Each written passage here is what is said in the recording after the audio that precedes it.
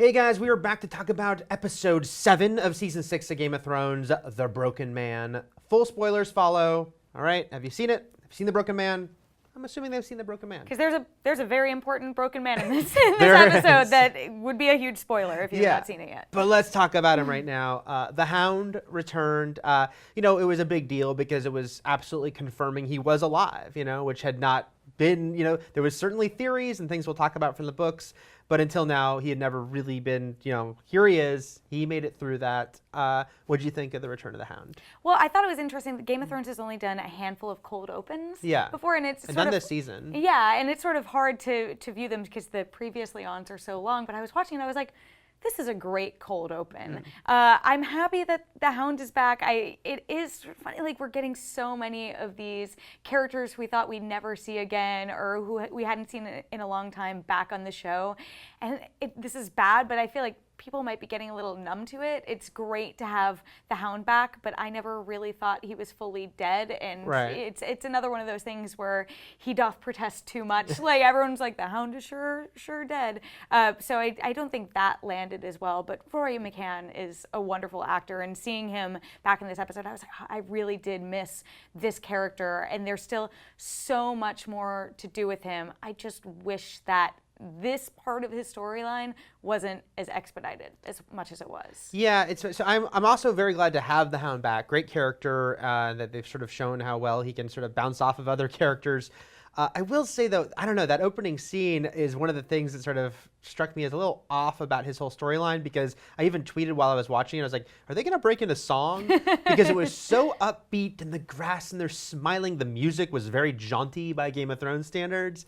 And it felt like just a little too heightened because it was like, isn't this great? Everything's great here. Nothing will possibly go wrong, in a way that just felt a little too telegraphed, in a world of Game of Thrones where everything's so sort of dark and miserable. At this point, we're like, come on, clearly something's going to go horribly wrong at this place. And it is interesting because, if this had come a couple seasons ago when the Hound and Arya were going through the countryside and we're on this journey where we see so much of the devastation, like how much Westeros has just been destroyed. Like the common people don't really exist anymore. Like they lost their land, they lost their money. A lot of them lost their lives. There are people like the Brotherhood Without Banners who came and caused all this trouble with Brother Ray's group who are going and taking advantage. We know the Mountain used to do that. Like I feel like that is a bit out of people's minds. And that's just, they only have an hour each week and 10 hours a season to do that stuff. But I think that's why it might have felt off. Like if we had had the context or the more recent context to say this little pocket of like attempted happiness can never work and is destined to fail, which we know, but in like a tragic way instead of sort of like a inevitable, like hokey way, then it might have worked better. And I think what's interesting, and I know some people haven't read the books, but there was a scene that played out a little bit similar to this in the books, but from a different character's perspective. Yeah. And that's what caused people to speculate this character, who we know is the Hound in the show, might be the Hound in the books. Yeah. But again, you have that different context of another character who's been traveling, seeing this and being like, it's Septon Maribald in the books. Not Brother Ray. Yeah, Brother Ray is Ian McShane's character in the show. Like what you're doing is going against where society is at right now, and it does seem to be sort of like this haven of peace, which is an interesting idea, because how does this country sort of come back? Yeah, I don't know. What was off to me, I guess, or just felt a little not by Game of Thrones standards, is that it took a very predictable route with what they did with the Hound when he came back. Which is because, in the book, again, we don't know, we haven't seen past that, but you get the feeling in the book that might be it. Like that might be the Hound's fate, is sort of living this sort of peaceful, content life out here. Whereas in the show, it's funny, Jim Vejvoda compared it to an old Western, Matt Fowler compared it to an 80s action movie, but in both cases I understood why, because it took a very predictable route of the man of violence finds a peaceful community, but guess what? Someone comes in and takes that all away, and now I got to go back. I got to go, now he's got to do what he didn't think he'd ever have to do again. And Game of Thrones usually doesn't play like that. Usually play like they're going there and they swerve, But this, I think, you could completely chart exactly what was going to happen throughout the episode, especially because they had Ian McShane was so great as the character, but he was sort of like overly, optimistic and sort of naive, oh, no, we're not going to fight and all this. It's like, oh. Yeah, it sort of went two ways because you get, like, I loved that he was a brother, a man of the faith who was like, whatever, like, maybe all the gods are the same. I don't understand. I'm just like I was a bad man and I'm trying to do good. Yeah. And you can do that too, Sandor. Like, I know who Sandor Clegane was. You don't have to be that again. And that's such an interesting meaty idea that for the end of the episode to be like, oh, he's forced to do this again. I was like, it wasn't like we were on this journey with him. We got an episode. I wanted to know a little bit more of his struggle. And also, again, briefly mentioning the books, Brother Ray in many ways is a parallel of this character, Septon Maribald. Yeah. And the Septon has this great speech, which is his broken men speech in the books, which is too long to read on here, but it is a great little standalone. And largely considered some of George R. R. Martin's best writing, which is basically a condensed and better written, as much as not everyone is George R. R. Martin, and the show tried to give their spin on it, but it essentially is like, we need to pity these men who are sent off to war to serve a king. They don't care about fight in an army. They don't care about and lose everything, and look at what they become, which is such an interesting concept and really relevant. And I think if the show continues to play around with it a little bit, especially with the Brotherhood Without Banners, who seemingly were the men who killed Brother Ray's group, that's like a really interesting idea, because these were characters who were good when we met them. Beric Dondarrion was doing good when we met him back in season 3. Yeah. Let's talk. You mentioned before how you felt like this season feels in some ways very sort of fan servicey, because it's giving people a lot of things that they wanted to see, but what Game of Thrones usually doesn't do that, and it does concern me a little bit in that it does feel like because of that we're suddenly predicting things more than we ever have on this show. Yeah, part of the problem is like if people have had 5 to 10-ish, like a decade long to think about all these different things that now maybe like Game of Thrones fans really are that savvy, but I feel like even when Game of Thrones fans predict things, George R. R. Martin never has them play out exactly how they expect.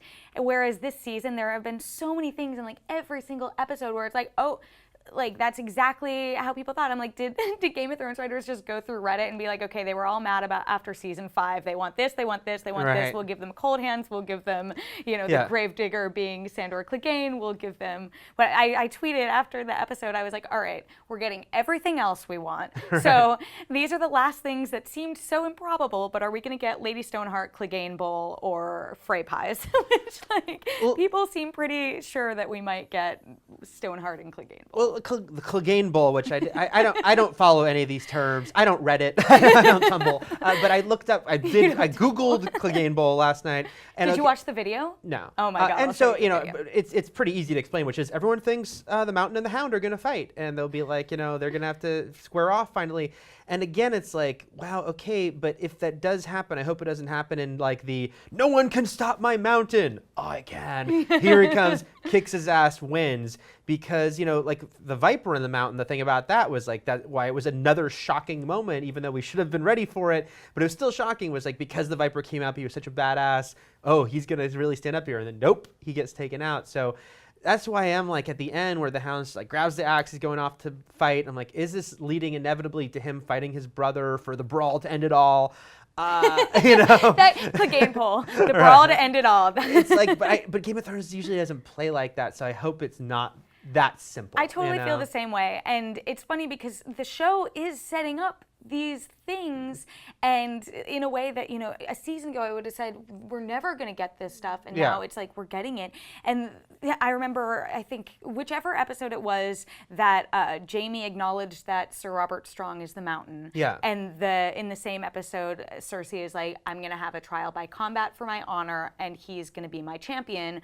That corner of the internet exploded. They're like, Clegane Bowl confirmed, it's gonna happen. I was like, come on guys, it's not gonna happen. And now it totally does seem likely that Sandor could fight the Mountain in this duel. He clearly was with brother Ray, and he could be the champion for what I don't even know. It's really, I don't know. It's so a little bit of a bummer, and I know that sounds so obnoxious. Like, whatever, fans, you guys did this to yourself. You've been thinking about it. You've been speculating about it. But to have there not be any more subtlety, like to have some of the theater theories have more subtlety than how it's playing out on the show, goes back to the thing where I'm just like a little bit bummed that I'm not reading it from George first and I'm getting like the Spark Notes version of it on the show. Yeah, it's weird because it's like you're strangely bummed that you're getting exactly what you hope to see. Which because, is like the worst thing we can say. But I brought up this example before, but like season 1 of the show, when like one of our coworkers here at IGN and never read the books is like, once Ned was killed, was like, this is when I know what's gonna happen. John's gonna leave the wall. He's gonna go team up with Rob, and they're gonna go like kick ass together. And of course, that wasn't that happen at all. But suddenly we're at a place where it seems like those kind of ideas are happening.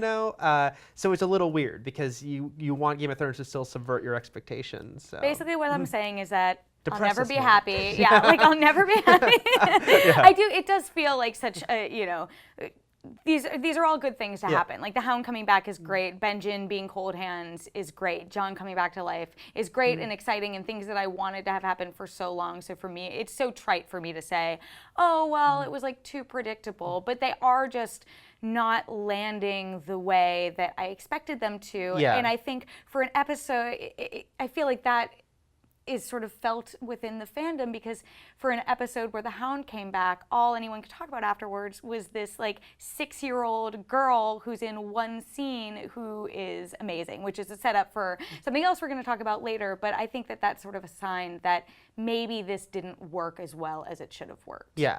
So let's know what you thought. I mean, we were both happy to see the Hound back, but what did you think of the way they brought him back and his storyline? And do you think in general Game of Thrones has become more predictable than it was in the past this season, or are you just very happy to see a lot of things people have been predicting for a while? And is Clegane Bowl going to happen? And is Clegane Bowl going to happen? And who are you betting on? Let us know in the comments.